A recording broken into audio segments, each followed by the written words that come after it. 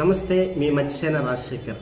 ఆంధ్రప్రదేశ్ ఉప ముఖ్యమంత్రి కార్యాలయం నుండి విడుదలైన లేఖలో ప్రధానంగా ఏ అంశాలు ప్రస్తావించారనే విషయం చర్చించుకుందాం. గొప్ప మానవతావాది, దానగుణం కలిగిన కరుణుడితో కలియుగంలో పోలుస్తున్నటువంటి వ్యక్తి ఏ విషయాన్నైనా వెంటనే స్పందించి పరిష్కారం చూపించే గొప్ప నాయకుడి నోటంట రిటర్న్ గిఫ్ట్కు ధన్యవాదాలు అనే పదం ఎలా వచ్చింది అనే ఆంధ్రప్రదేశ్ రాష్ట్ర ప్రజానికం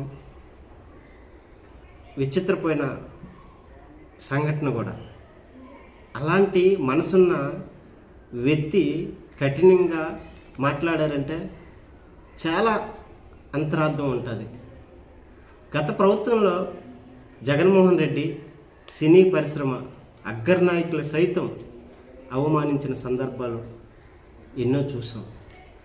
టికెట్ల ధరలు కానీ సినీ పరిశ్రమకి పూర్తి స్థాయి స్వేచ్ఛ ఇవ్వడంలో ఫెయిల్ అయ్యారని చెప్పుకోవాలి. ఆ సమయంలో పవన్ కళ్యాణ్ గారు జగన్మోహన్ రెడ్డితో ఫైట్ చేసి సినీ పరిశ్రమకి ఆటంకం కలిగించకూడదు అనే గొంతు వినిపించిన నాయకుడు. కూటమి ప్రభుత్వం ఏర్పడిన 4 నెలల్లోనే పవన్ కళ్యాణ్ గారు సినీ పరిశ్రమ పెద్దలతో సమావేశాన్ని ఏర్పాటు చేశారు. ఆ సమావేశంలో సినీ పరిశ్రమకు అభివృద్ధికి కావాల్సిన ఆలోచన విధానాలు, పూర్తిస్థాయి స్వేచ్ఛ ఉంటుంది, గత ప్రభుత్వం మాదిరిగా కాకుండా సినీ పరిశ్రమ అభివృద్ధికి మేము కట్టుబడి ఉన్నామనే పలు రకాల అంశాలు ప్రస్తావించారు. అలాంటి సందర్భంలో సంఘటితంగా ఎందుకు రారు అని ఆ లేఖలో కూడా మరొక అంశంగా ప్రస్తావించారు.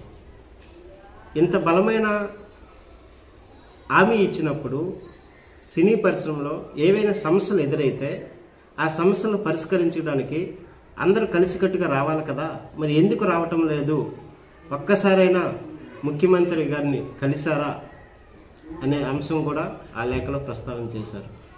వ్యక్తిగత చర్చలకి తోవలేదు అని ఆ లేఖలో పేర్కొన్న మరొక అంశం. పుష్ప, దేవర, గేమ్ చేంజర్, సంక్రాంతికి వస్తున్నాం, ఇలా పలు సినిమాలు రిలీజ్ అయినప్పుడు ఆ సినిమాలకు సంబంధించిన నిర్మాతలు, డైరెక్టర్లు కలిసి ప్రభుత్వం దగ్గరికి వెళ్ళి టికెట్ల ధరల విషయంలో మాకు కొంత స్వేచ్ఛ ఇవ్వండి అని ప్రస్తావించిన సందర్భాలు మనం చూసాం. పూర్తిస్థాయి స్వేచ్ఛను కూటమి ప్రభుత్వం సినీ పరిశ్రమకి ఇచ్చింది. జూన్ 1వ తేదీ నుంచి సినిమా థియేటర్లు బంద్ అనే ఒక స్టేట్మెంటు రావడం, సినిమాటోగ్రఫీ మంత్రి కందుల దుర్గేష్ గారు హోంశాఖ కార్యదర్శికి ఆదేశాలు జారీ చేయడం, ఎందుకు ఇలా జరుగుతుంది, దీని వెనక ఎవరు ఉన్నారు అనే అంశాన్ని కూడా ప్రస్తావించడం, అదేవిధంగా సంబంధిత విభాగాలతో చర్చిస్తాం అనే అంశం కూడా ఈ లేఖలో ప్రస్తావించారు. సినిమాకి సంబంధించిన తెలుగు చలనచిత్ర వాణిజ్య మండలి, నిర్మాతల మండలి, మూవీ ఆర్టిస్ట్ అసోసియేషన్, ఇలా కొన్ని ఆ మూవీకి సంబంధించిన సంబంధిత విభాగాలు ఉన్నాయి.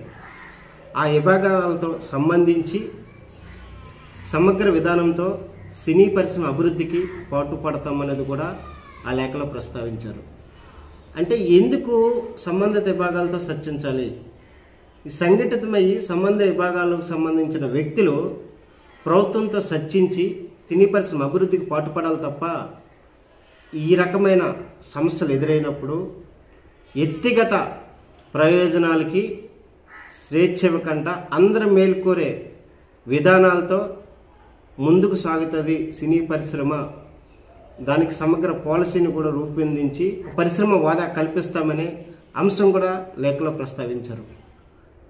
ఇవి ఒక్కరి, ఇద్దరు, గత 4 వ్యక్తులకు సంబంధించిన అంశం కాకుండా సినీ పరిశ్రమ మీద ఆధారపడినటువంటి ప్రతి వ్యక్తి కూడా సౌకర్యవంతంగా ఉండాలి, స్వేచ్ఛగా తన పనులను తను చేసుకోవాలి, అందరికీ మేలు జరగాలి, సినీ పరిశ్రమ బాగుపడాలి అనే ఒక ప్రధాన ఉద్దేశంతోనే పవన్ కళ్యాణ్ గారు ఆశిస్తున్న తరుణంలో మానవతా దృక్పథం కలిగిన వ్యక్తి, మరి అలాంటి వ్యక్తి సినిమా రిలీజ్ అవుతున్నప్పుడు ఇలాంటి కుట్రలు చేయడం అనేది చాలా బాధాకరమని పవన్ కళ్యాణ్ ఫ్యాన్స్, ప్రభుత్వం, సినీ పరిశ్రమ ఒక మంచి వాతావరణంలో వెళ్ళినప్పుడు ఆ వాతావరణాన్ని విడగొట్టి సిచ్చులు పెట్టి కుట్రలు చేసే ప్రయత్నం ఎవరూ చేయకూడదు. ఎందుకంటే సినీ పరిశ్రమ మీద ఆధారపడి వేలాది మంది జీవిస్తున్నారు కాబట్టి ఒక నలుగురికో ఐదుగురికో ప్రయోజనం చేకూర్చే నిర్ణయాలు అనేవి ఎప్పటికీ మంచిది కాదు సినీ పరిశ్రమ అభివృద్ధికి. మరి ఇవన్నీ అంశాలను దృష్టిలో పెట్టుకొని ఇక నుండైనా గుత్తాధిపత్యం వహిస్తున్నటువంటి వ్యక్తులు మాత్రం ఖచ్చితంగా ఒక మంచి ఆలోచనని మీకు ఏమైనా ప్రాబ్లమ్స్ ఉంటే ఆ ప్రాబ్లమ్స్ ప్రభుత్వంతో ప్రస్తావించాలి. సినీ నేపథ్యం నుంచి వచ్చినటువంటి నాయకుడు పవన్ కళ్యాణ్. మరి సినిమాటోగ్రఫీ కూడా జనసేనకు చెందిన వ్యక్తికే ఎందుకు నియమించారు అనే గతంలో చర్చ జరిగినప్పుడు కూడా అంత స్వేచ్ఛ మీకున్నప్పుడు దాన్ని ఎఫెక్టివ్గా వాడుకొని సినీ పరిశ్రమ అభివృద్ధికి పాటుపడాలని రాష్ట్రంలో ఉన్నటువంటి సినీ ప్రేమికులు కోరుకుంటున్నారు.